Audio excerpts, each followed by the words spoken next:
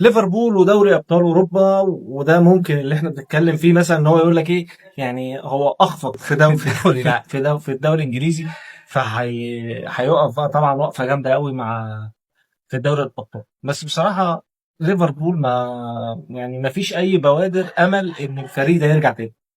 زي ما احنا كنا بنقول الشفره، في شفره ما بين المدرب واللعيبه، وعلى ما اعتقد الشفره دي يعني انتهت. ناس كتير فهمتها وناس كتير قدرت تحل الشفره بتاعتها، لكن سلوت لا خلاص، يعني كل سنه وانت طيب.